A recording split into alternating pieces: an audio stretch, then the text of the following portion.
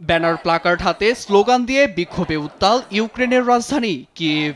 সরকারের বিতর্কিত পদক্ষেপের বিরুদ্ধে প্রতিবাদ জানিয়ে মঙ্গলবার রাস্তায় নামেন যুদ্ধবিধ্বস্ত দেশটির শত শত সাধারণ মানুষ। এই বিক্ষোভ ছড়িয়ে পড়েছে কয়েকটি শহরে। এদিন সমালোচিত একটি বিলের অনুমোদন দেয় ইউক্রেনের সংসদ, যা মূলত দেশটির দুর্নীতি দমন নিয়ে কাজ করা দুটি সংস্থা national anti corruption bureau of Ukraine এবং স্পেশালাইজড অ্যান্টি করাপশন প্রসিকিউটরের কার্যক্রমকে সীমিত করবে।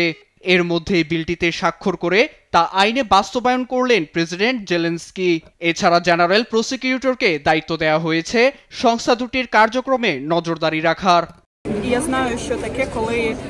সব ক্ষমতা একজনের হাতে তুলে দিলে ফলাফল ভয়াবহ। স্বচ্ছতা ও নিরপেক্ষতা বলে কিছুই থাকবে না।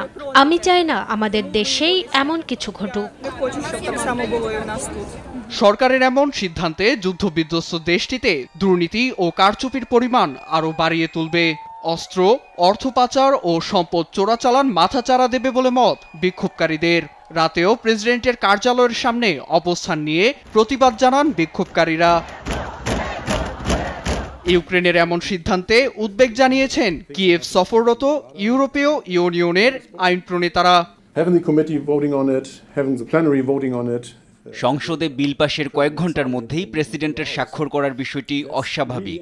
আমরা ইউক্রেনকে সমর্থন করি, রাশিয়ার বিপক্ষে যুদ্ধে তাদের পাশে রয়েছি। তবে আমরা এটাই বিশ্বাস করি, দুর্নীতি দমন কমিশনকে স্বাধীনভাবে কাজ করতে দেওয়া উচিত।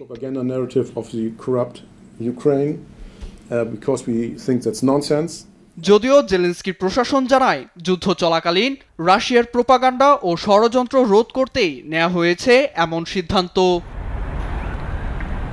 নীরব দাস, নিউজ ডেস্ক, দেশ টিভি।